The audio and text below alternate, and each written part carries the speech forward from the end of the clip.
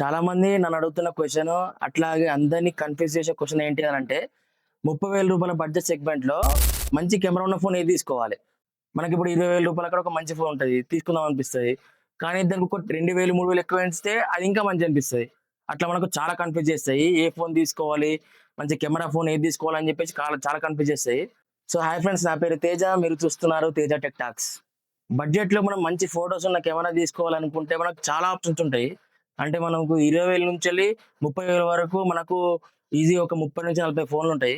అన్ని ఫోన్స్ మనకు కెమెరా మంచిగా అనిపిస్తాయి. అరే! ఇది తీసుకుందామంటే ఈ కెమెరా మంచిగా అనిపిస్తది. ఆ ఫోన్ తీసుకుందామంటే అది కూడా మంచిగా అనిపిస్తాయి. మనకిప్పుడు రూ. 20,000 అక్కడ ఒక మంచి ఫోన్ ఉంటది. తీసుకుందాం అనిపిస్తది. కానీ దానికి ఒక 2,000, 3,000 ఎక్కువ ఇస్తే అది ఇంకా మంచిగా అనిపిస్తది. అట్లా మనకు చాలా కన్‌ఫ్యూజ్ చేస్తాయి. ఏ ఫోన్ తీసుకోవాలి? మంచి కెమెరా ఫోన్ ఏది తీసుకోవాలి అని చెప్పేసి చాలా కన్‌ఫ్యూజ్ చేస్తాయి. అయితే ఈ రూ. 30,000 బడ్జెట్ సెగ్మెంట్‌లో 5 కెమెరా ఫోన్స్ అయితే మంచిగా లిస్ట్ చేసి పెట్టిన. దాని గురించి క్లియర్‌గా ఎక్స్‌ప్లెయిన్ చేస్తా. వీడియో మొత్తం ఫుల్ చూడండి. మీకు క్లారిటీ వస్తది. నంబర్ 5లో ఉంది మోటో 860 ఫ్యూజన్. ఇది మనకు అరౌండ్ 20,000 లోపే వస్తది. కానీ దీని మంచి కెమెరాస్ ఉంటాయి దీంట్లో. దీంట్లో బ్యాక్ కెమెరా వచ్చేసి 50 ఎంపీ మెయిన్ కెమెరా. ఇది ఆప్టికల్ ఇమేజ్ స్టెబిలైజేషన్‌తో వస్తది. దీని సెన్సార్ చూసుకుంటే సోనీ LYT 700C సెన్సార్ ఉంది. అట్లాగే మనకు సెకండ్ కెమెరా చూసుకుంటే 30 ఎంపీ వైడ్ యాంగిల్ కెమెరా ఉంది. ఫోటోస్ మాత్రం డే లైట్‌లో చాలా బాగా వస్తాయి. కానీ మనం లో లైటింగ్ కండిషన్స్‌కి వచ్చినప్పుడు ప్రో మోడల్స్ కంటే కొంచెం వీక్‌గా పర్ఫార్మ్ చేస్తది. దీంట్లో మనం ఫ్రంట్ కెమెరా చూసుకుంటే 13 ఎంపీ సెల్ఫీ కెమెరా ఉంది. ఈ సెల్ఫీ కెమెరా మాత్రం ప్రో మోడల్స్‌లో కూడా చాలా బాగా పర్ఫార్మ్ చేస్తది. ఫోటోస్ మాత్రం చాలా బాగుంటాయి.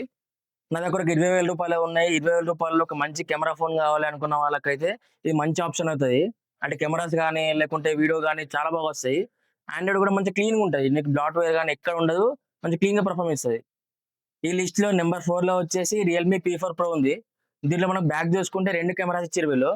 మెయిన్ కెమెరా వచ్చేసి 50 ఎంపీ. దీనిలో సెన్సార్ చూసుకుంటే మనకు సోనీ IMX896 సెన్సార్ ఉంది. ఇది మనకు ఆప్టికల్ ఇమేజ్ స్టెబిలైజేషన్‌తో వస్తుంది. సెకండ్ కెమెరా చూసుకుంటే వైడ్ యాంగిల్ కెమెరా. ఇవి కూడా సేమ్ మనకు డే లైట్‌లో చాలా బాగా వస్తాయి ఫోటోస్ అనేవి.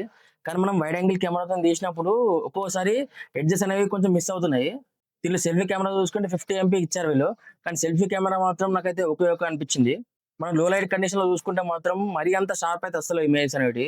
మనకు లో లైట్ కండిషన్‌లో చూసుకుంటే మాత్రం మోటో 860 ఫ్యూజన్ కంటే కొంచెం బెటర్‌గా వస్తాయి. కానీ మరీ అంత యాక్యురేట్‌గా అయితే అస్సలేవు. నంబర్ 3లో ఉన్నది నథింగ్ 3A ప్రో. ఈ కెమెరాస్ మాత్రం చాలా బాగా వస్తాయి.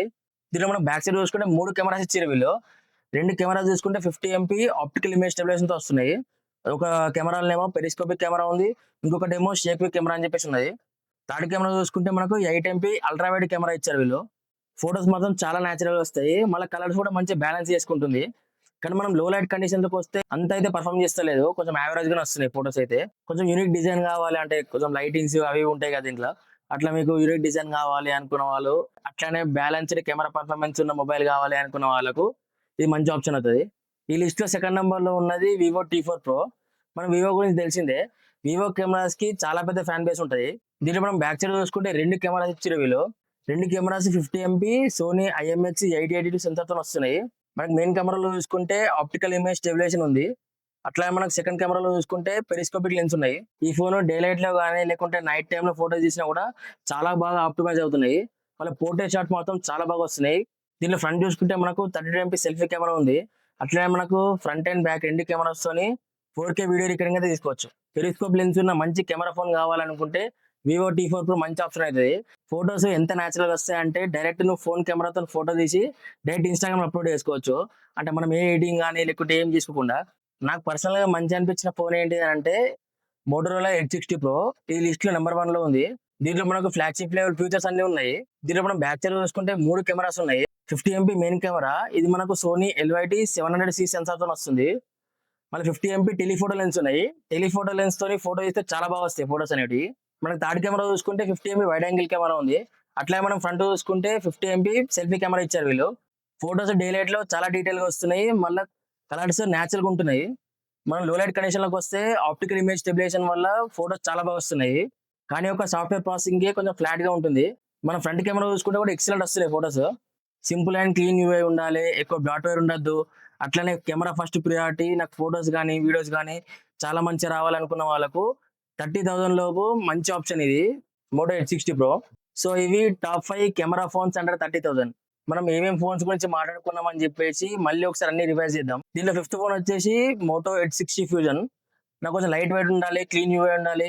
కొంచెం నార్మల్ కెమెరాస్ కావాలి అండర్ 20,000 అనుకున్న వాళ్ళకు ఇది మంచి ఆప్షన్ అవుతుంది. నెంబర్ 4 లో ఉన్నది Realme P4 Pro. Value for money phone కావాలనుకున్న వాళ్ళు ఇది తీసుకోవచ్చు. వీడియోస్ కానీ ఫోటోస్ కానీ చాలా బాగా వస్తాయి. నెక్స్ట్ 3rd లో ఉన్నది nothing phone 3A Pro. Balanced cameras ఉండాలి, మళ్ళీ అట్లానే డిజైన్ అనేది కొంచెం డిఫరెంట్ గా ఉండాలనుకున్న వాళ్ళు ఇది తీసుకోవచ్చు. 2nd లో ఉన్నది Vivo T4 Pro. నాకు పెరిస్కోప్ లెన్స్ ఉన్న ఫోన్ కావాలి, అట్లనే పోర్ట్రేట్ షాట్స్ మంచిగా రావాలి అనుకున్న వాళ్ళకు Vivo T4 Pro మంచి ఆప్షన్ అవుతుంది. నెంబర్ 1 లో ఉన్నది Moto H60 Pro. నాకు బ్యాలెన్స్డ్ పర్ఫార్మెన్స్ కావాలి, అట్లనే నాకు స్టాక్ అండ్ ఎక్స్పీరియన్స్ చేయాలి, ఫోటోస్ కానీ వీడియోస్ కానీ చాలా బాగా రావాలనుకున్న వాళ్ళకు 30,000 రూపాయల లోపు Moto H60 Pro అయితే చాలా మంచి ఆప్షన్. సో మీకు ఏ ఫోన్ నచ్చిందో కామెంట్ బాక్స్ లో రాయండి. అట్లాగే వీడియో నచ్చితే లైక్ చేయండి, షేర్ చేయండి. మరిన్ని టెక్ వీడియోస్ కోసం సబ్స్క్రైబ్ చేయండి. Thanks for watching.